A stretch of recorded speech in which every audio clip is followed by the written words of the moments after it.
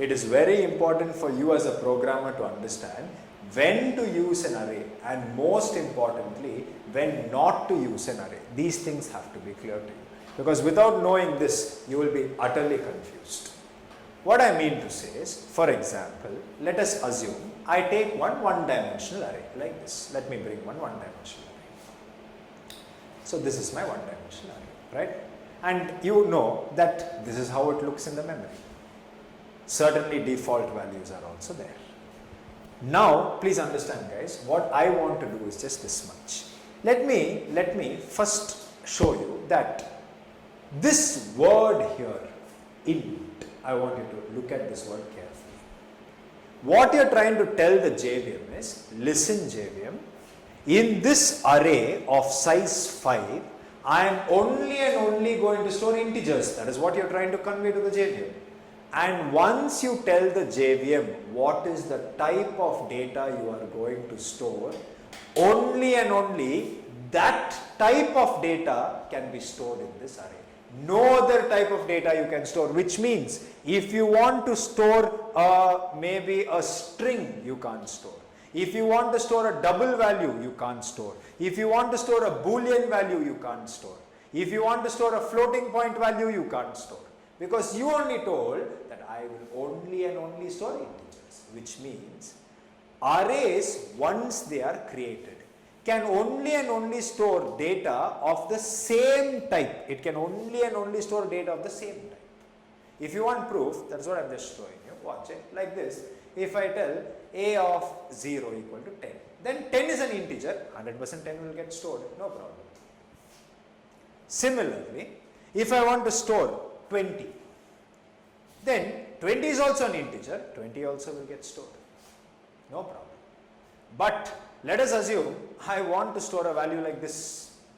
Maybe in a of 2 I want to store 99.9, and if you ask me, sir, can 99.9 be stored, then no would be the answer, because unfortunately it is not an integer, it is a double value, and hence in this line you will get an error.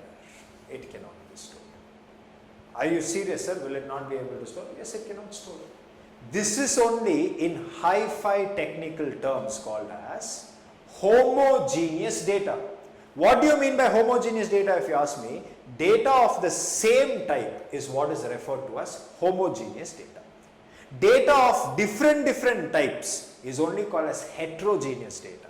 So then tell me, what do you think arrays can store? Can they store homogeneous data or heterogeneous data? If anyone asks you, then your answer should always be arrays can only and only store homogeneous data, and it cannot store heterogeneous data, and that, my friends, is our first disadvantage, which is the array can only and only store homogeneous data, definitely not heterogeneous data. I hope I am clear. Okay, sir. Is this the only disadvantage, or are there more? If you ask me, 100% there are more disadvantages, but please take the heading as disadvantages of an array and copy this much down. Please copy this much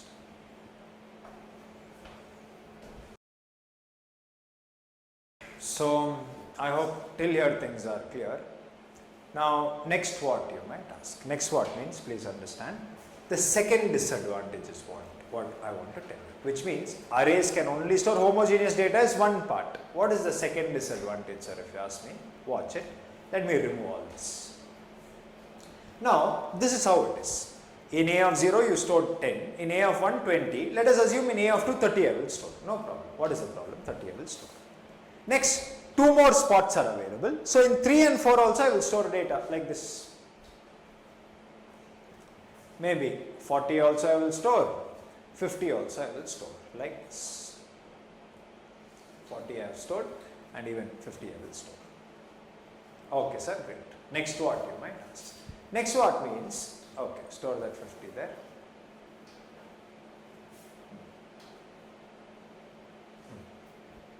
Now my question is, what if I tell a of 5 equal to 60 like this? What if I tell? Tell me, is there an index position called as a of 5? No.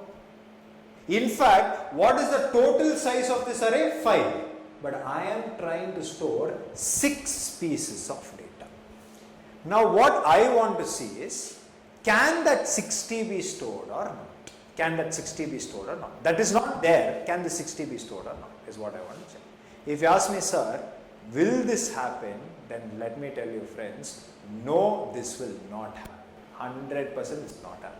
Why, sir, if you ask me? That is the second disadvantage of the array, which is an array cannot grow in size, an array cannot shrink in size. Because arrays, that is what I am also saying, arrays cannot grow or shrink in size because the size of an array is fixed. While creating, you will tell the JVM how many integers you want to store. Once you tell, matter is over. Only so many integers you can store. Never more, never lesser. That is what I want to say. Any confusion till here? So the second disadvantage of an array is the size of an array is fixed. It cannot grow in size, it cannot shrink in size. Now some of you will be thinking, sir, how is this a disadvantage? That you are thinking because you are not yet programmers. That is why you are getting this down. See, please understand, many a times in programming, you will not know the exact size of the data that you want to store. You will not know. How can you know? For example, let me give you an example.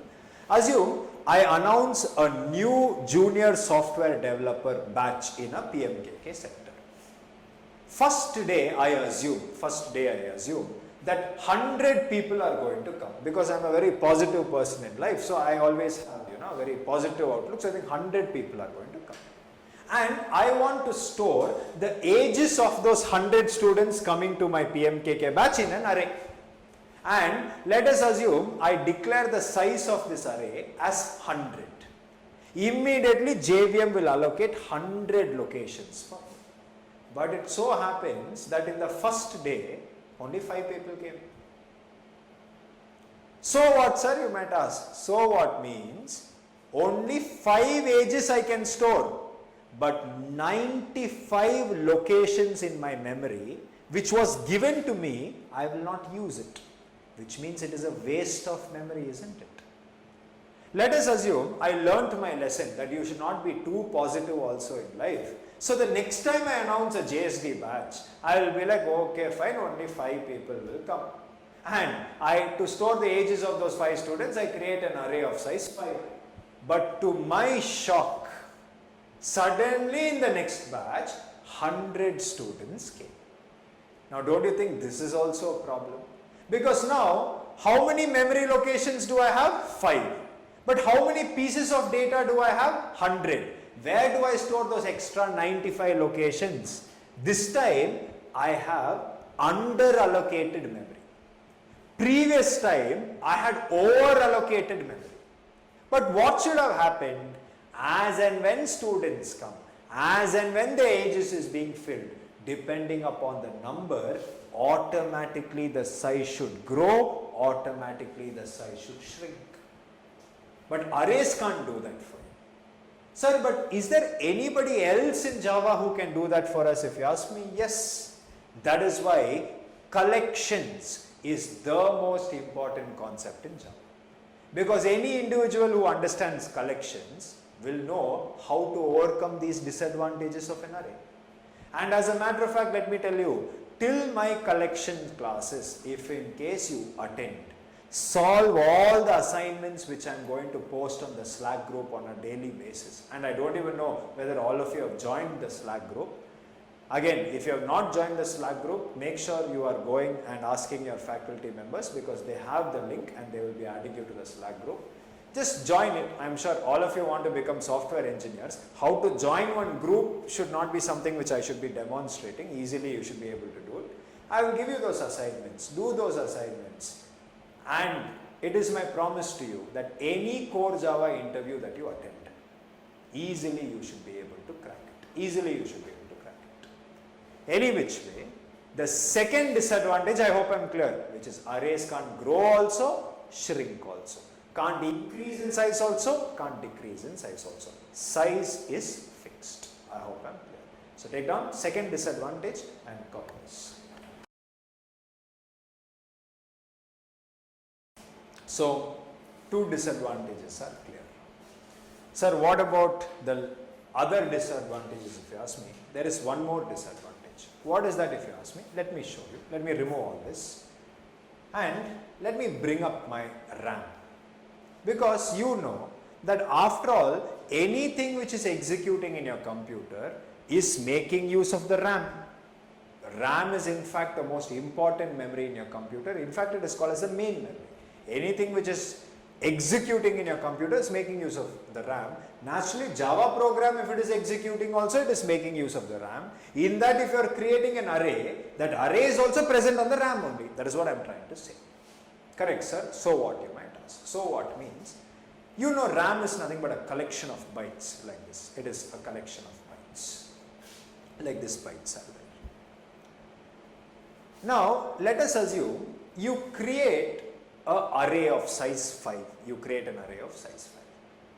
Now, arrays have one expectation, which is whatever size you have told, in terms of memory, those 5 memory locations should be and must be one next to the other. This is a compulsory thing which an array demands. Technically, memory locations which is one next to the other, there is a word for it. It is called as contiguous. Contiguous is a very hi-fi word. What it means is one next to the other or continuous memory locations. Arrays expect that the memory locations have to be continuous or contiguous, one next to the other.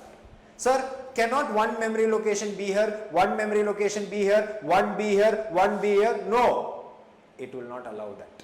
100% it has to be one next to the other. So you might ask, sir, what is the problem if it is one next to the other? If you ask me, let me show you. In real life, do you think in your computer only and only your Java program is executing at any given point of time? No. In fact, to type your program, if you open Notepad, Notepad is also executing. That is also using the RAM. If in case you open Command Prompt is also software. It is also executing, making use of the RAM. Maybe Google Chrome is open or Mozilla Firefox is open. 100% even a browser is a software. It is making use of the RAM. If VLC player is open, it is also making use of the RAM. And at any given point of time, one software is not executing in your software. Multiple softwares are executing and all of them require the RAM. So actually speaking, free memory locations in the RAM very rarely are available one next to the other.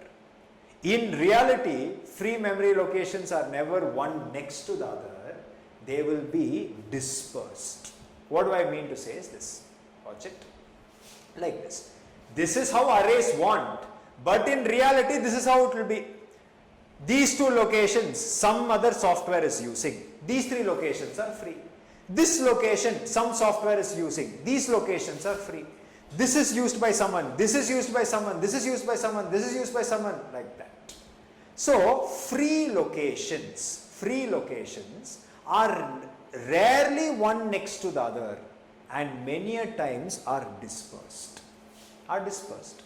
Now, in our new age computer systems, we have 8 GB RAM, 16 GB RAM, crores and crores of bytes we have. So, finding memory locations one next to the other is available. I am not saying it is not available, but how many such locations are available is the bigger question. If you tell 5 locations will be there. If you tell 10, if you tell 100, if you tell 1000, 10,000, 1 lakh, 10 lakh, 1 crore, 100 crore if I tell, do you really expect that 10 crore, 100 crore memory locations you will find in a straight line, one next to the other? Do you really think that is how it will be? Impossible. That is what I am trying to say. So, what would have been an efficient way to use memory? Wherever memory is available, you make use of it. Memory is rarely contiguous. Memory is commonly dispersed or scattered. That is how it is. But unfortunately, arrays cannot make use of dispersed memory locations, and that is why to make use of dispersed memory locations, we have other type of data structures like a linked list. I don't know if you guys have heard this word linked list. 100% linked list can make use of dispersed memory locations. Or how, sir, if you ask me, then I should be stopping Java and now again starting with data structures for you. And certainly, going ahead, I am planning on creating data structures content also, which will be posted on either our YouTube channel or maybe in a separate software. All those details later I will share with you. But the point is very simple, that arrays demand contiguous memory locations, and arrays cannot make use of dispersed memory locations. That is what I am also saying. Arrays require contiguous memory locations, and contiguous means what? One next to the other. I hope I am clear. So, this, if you ask me what this is contiguous memory. This is contiguous memory. But if you ask me what this is not contiguous memory, please understand. This is actually dispersed memory locations. Arrays can't use this. Arrays can only make use of this. I hope things are clear till here. Please copy this down. So, 3 disadvantages. First one, arrays can store only data of the same type or homogeneous data. Array size is fixed. It cannot grow or shrink. Arrays expect contiguous memory locations and cannot make use of dispersed. I hope I am clear till here. Copy this down.